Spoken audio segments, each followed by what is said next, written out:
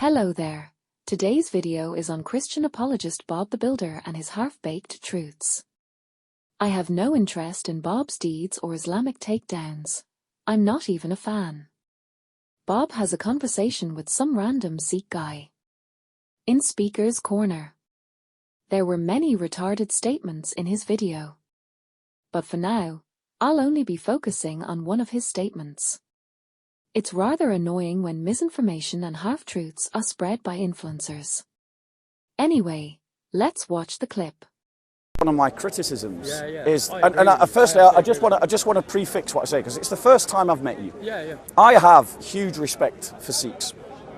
As a people, as a community, I know the fact that you guys have suffered. I know the fact that you guys still suffer in India, in persecution, that your lands are still occupied, you know, under India, and what happened to the Golden Temple, how the Muslims tried to wipe you out. And I know that Sikhs have integrated well into our society. You know, you don't cause problems, you contribute well to the British nation. So I got nothing but respect for Sikhs. But. So, Bob claims. Point number 1. Sikh lands are occupied. Point number 2. Sikhs are persecuted in India. Firstly, it's true that Muslims tried wiping out the Sikhs.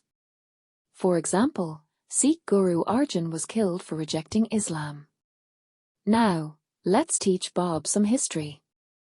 The First Anglo-Sikh War 1845 to 1846 led to the dismantling of the Sikh army and the establishment of British political influence over the Sikh administration. In other words, the British Army created the downfall of the Sikh Empire, making the Sikhs homeless. After the Sikhs were defeated, the Sikhs were forced to sign the Peace Treaty of Lahore 1846. In other words, the Sikhs now had to fight for the British on demand and were living under the British boot. Many Sikhs were also betraying their own kinsmen by supplying the British with information. The final blow came during the Battle of Ramnagar, the Battle of Chilianwala, and the Battle of Gujarat, where the Sikhs were ultimately defeated and humiliated after rising once again against the British during the Second Anglo-Sikh War 1848 to 1849. Sikhs were now fighting amongst each other, over their broken kingdom. Not only did the British cripple the Sikh Empire, they whisked away the last king of the Sikh Empire, Duleep Singh, in 1854 and converted him to Christianity. What a huge slap in the face. So, the last king of the Sikh Empire was now living in Britain, and his homeland in tatters, thanks to the British. The Sikhs were now left demoralized and ruined with a broken, battered kingdom and no ruler. The final blow came during 1919. During the Jallianwala Bagh massacre, Brigadier General Dyer surrounded the Sikhs with his Gurkha and Sikh infantry regiments of the British Indian Army and butchered more than 1,500 unarmed children, women, men, and the elderly. Add insult to injury, the demands for a Sikh nation was rejected and sidelined in 1947 by the British. Sikhs were considered an extension of Hinduism. Sikh majority areas were given to the Muslims during 1947 partition. Today in the West, the same British government panders to Khalistan elements. That your lands are still occupied, you know, under India, and what happened. Let's break this down for low IQ individuals. Point 1. Hindus have been living in India for over 5,000 years. These are Vedic Hindu lands, from the Afghan borders to Sri Lanka. Once upon a time, all Hindu lands. Let's be extra blunt. Hindu pagan lands. Idolaters. So, from north to south you would find Hindu Vedic gods and goddesses across the land regardless of whatever Hindu empire or kingdom you came across. Due to invasions, colonization, gradually chunks of India have been torn off. Today Punjab remains an integral part of India. Hindus did not invade any Sikh kingdom. Hindus were living in the Punjab region long before Sikhism even existed. This is a historical fact. Let's put this into historical context for dummies. The ancient kingdoms of Israel includes what is known today as Palestine. Why are many Christians supporting Judaism over Arab invaders? Or Arab colonists? Those Arabs born in Jewish lands?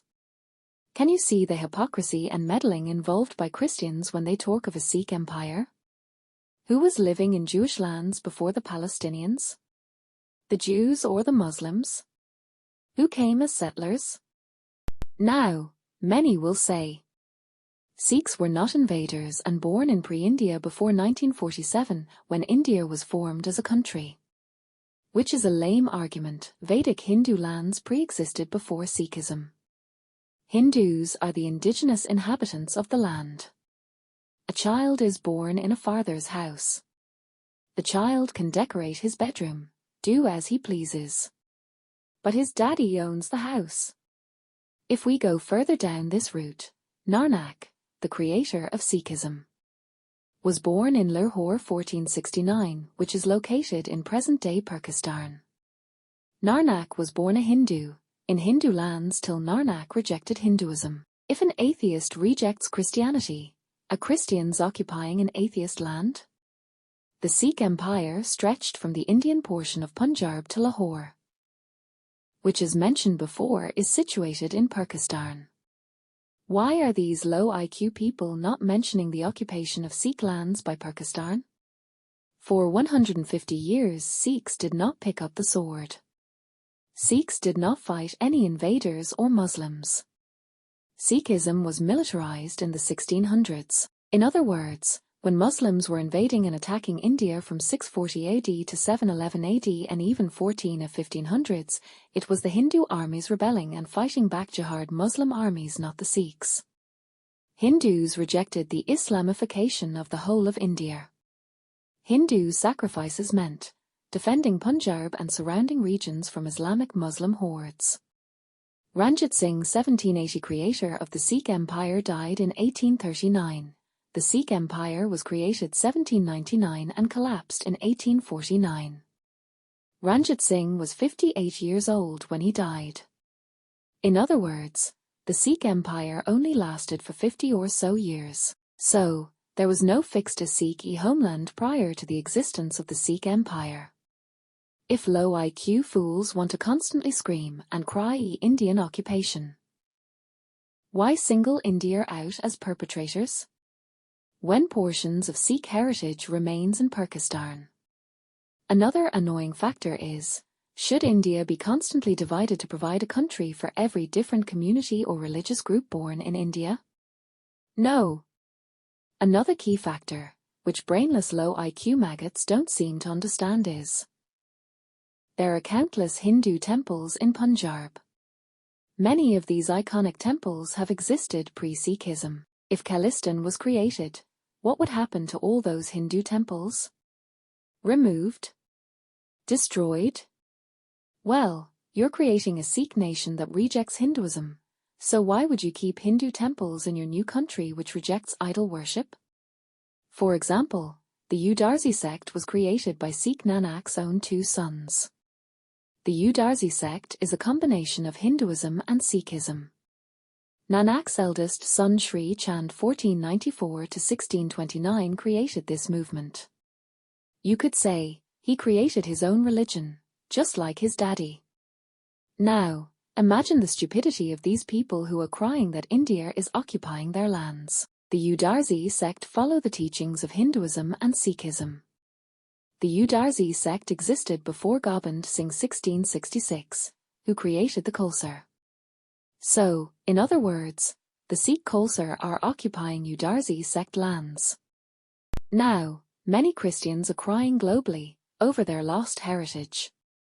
Churches transformed into mosques in what was once Christian lands, while many Christian clowns are supporting the Khalistan movement. Now, replay Bob's comment and consider how he and many others sound so stupid and illogical. Checkmate.